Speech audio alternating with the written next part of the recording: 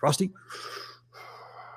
human slop is where your soul is. Well, thank you so much for joining us today. I'm Christina with Spinney Media. I'm going to be interviewing one of our artists who has a new album out, Frosty Stilwell. So tell me a little bit. You have an album dropping on May Yeah. 22nd, and I've heard that this took 25 years in the making. I've got a story, and all you out there who are recording artists, this is your worst nightmare that happened to me. Back about 2000, 2001, 2002, I was in Los Angeles doing a radio show there, talk show. And I was just getting started doing my music project.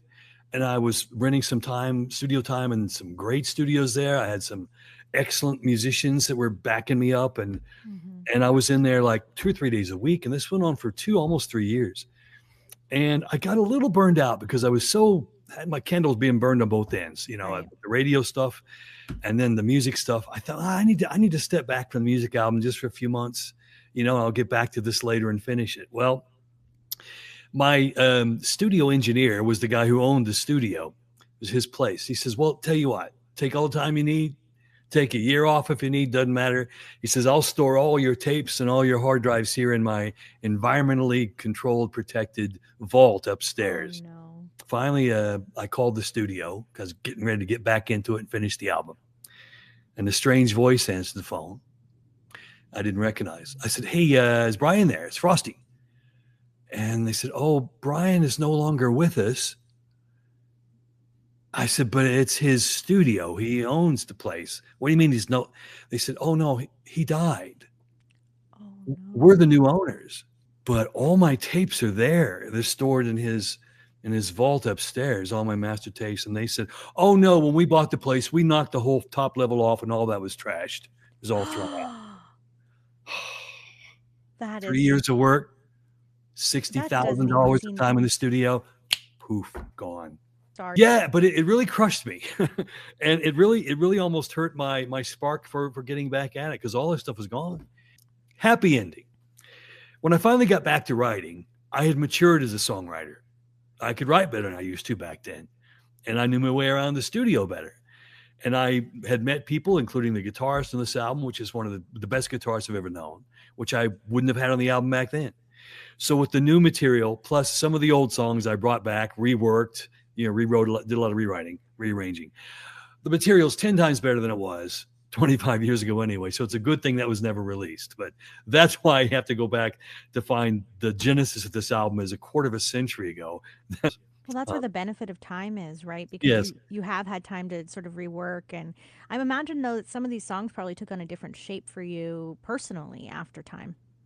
They did. It's amazing. All I had to listen to from those original old tracks was just some scratch tracks, work tracks, because nothing was finished. Mm-hmm. I had stuff on CDs and I'd play those and I hadn't heard some of that stuff for 10, 15 years. I thought, oh God, this sucks. Mm-hmm. I'm glad we didn't finish this song, but there's something there with the lyrics are good and the chords are all right, but it needs a different vibe to it. So I think just again with maturity over the years, I was able to rework those old songs and bring them up to a better sound. And the instrumentation that's provided by again my guitarist, I just love the guy, Neil Byrne. If you've heard of the band Celtic Thunder, he's been in that band for 20 years in Ireland. He brought to my Elton John keyboard style. Elton John, Billy Joel style. I'm the keyboardist. That was kind of where all my songs sounded like in that genre. What he brought was an amazing range of Joe Walsh, John Denver, Gordon Lightfoot, James Taylor, Mark Knopfler, all these guitar influences that I didn't really hear in the songs because I hear him as a keyboardist. Right. So we started working these songs and I get his track backs from Ireland.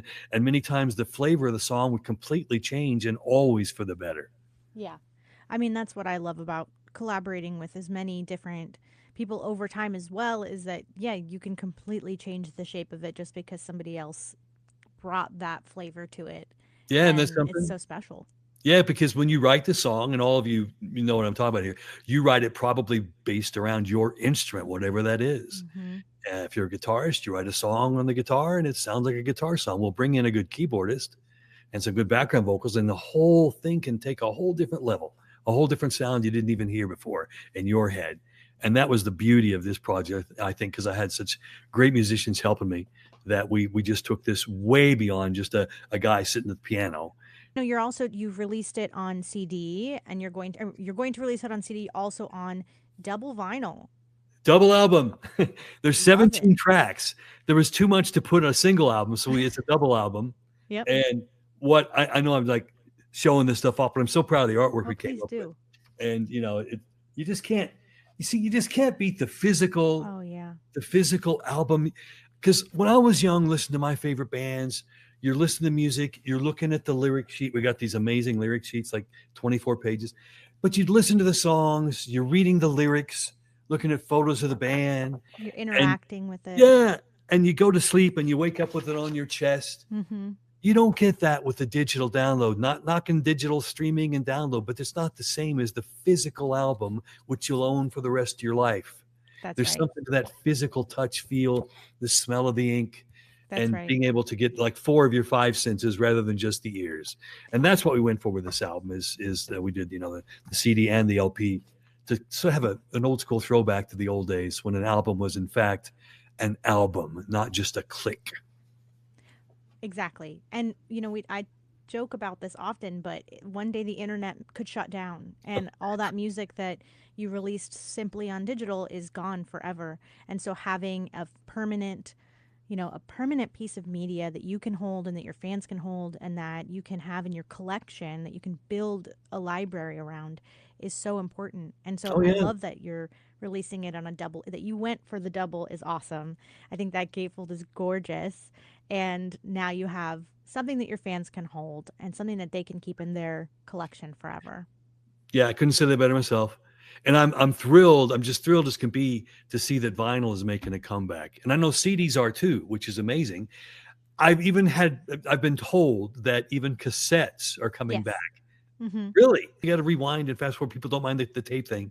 Wow. People want to hold something in their hands and they want to collect and they want to feel like they have that limited edition. They want to feel like they have something that time may pass, but they have this and they have this part of your art.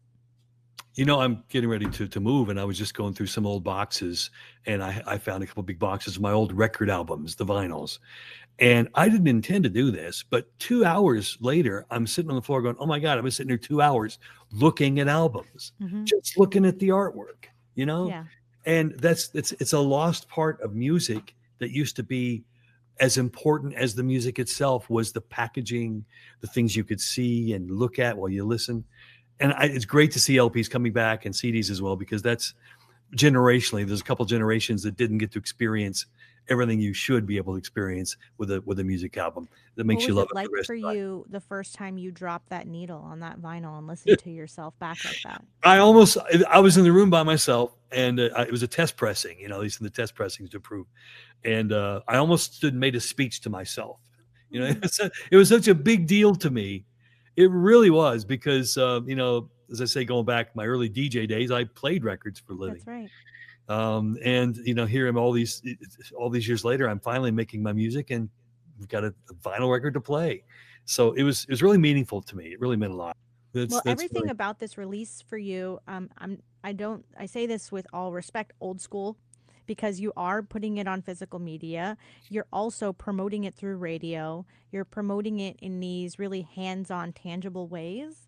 And I mean, to bring it back to Spinney, you're also using a physical distributor to get it out there, to have people do pre-sales. Has that experience been something that you wanted to stay hands-on, like to be able to say, I'm going to send these, records to somebody and they're going to be able to ship those out for me? I wasn't really knowledgeable about how to distribute it. Mm-hmm. And, we had literally thousands and thousands and thousands of CDs sitting at the plant ready to be shipped to a distributor, and I had nowhere to ship them. Oh gosh. And it'd be one thing if I was just making 100 CDs, but we're doing thousands and thousands were made. Fingers crossed we can move some of those, but there's no way I can make 50,000 trips to the post office. So I had to look around and what am I going to do? And then thank God Spinney is the absolute answer to our prayer. Because I think you may be the only people who still offer to warehouse and to handle the sale, send it out, as a distributor, it's rare. Nobody does it anymore.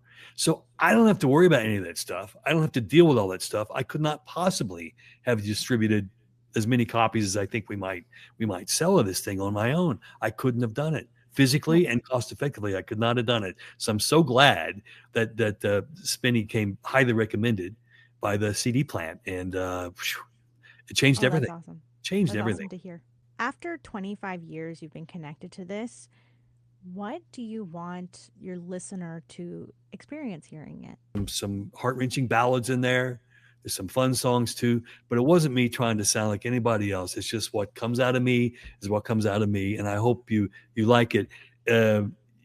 With technology these days, as you know, it's very easy to simply clone stuff. Like, again, back to the background vocals or something. You can sing a part, copy, clone, and suddenly you've got 16-part harmony that you were doing at one time. No. Going into this project, I said to everyone, we're playing and singing everything live in real time. So what we came up with is really an organic sounding album that I hear the difference. Because sometimes a lot of modern music that's way over auto-tuned and way over processed and way over edited sounds like a robot to me. Mm-hmm. You know, it doesn't sound like a human being anymore. And there's something to be said for a little bit of human slop. That's where the soul is found in music. Absolutely. And I'm just very proud that we were able to do this, and it did take a long time, of course, but we were able to do this album without the help of software, tightening things up. We did it all ourselves, played it, sang it ourselves, and it's sort of the old-fashioned way of doing it. But I swear, you hear the difference. It's just got just a human slop. What human slop. I love that. In the age of AI, we all need more human slop. I was singing a line. This is the engineer who passed away 25 years ago. I was in there singing a line, and I was a little bit pitchy. I slid into it. Hey, there was a slide there, and I said, "Oh no, let me redo that." And the engineer goes, "Why? It's great." I said, "No, I don't want to slide. I need to hit the note." And he goes, "Frosty, human slop is where your soul is." So if I would have taken that out, either with auto-tune or re-sang it, I would have lost the song. That's beautiful. I can't wait to hear it. May 22nd, double vinyl, CD, streaming, all available on frostystilwell.com. That's Stilwell, STILWELL.com. Catch the record Shadows on May 22nd. Thank you so much, Frosty. This has been a lot of fun. Thanks, Christina. Let's do it again next album. We start recording in December for the next one, so let's do it again. Ooh, okay. I'll see you then. All right.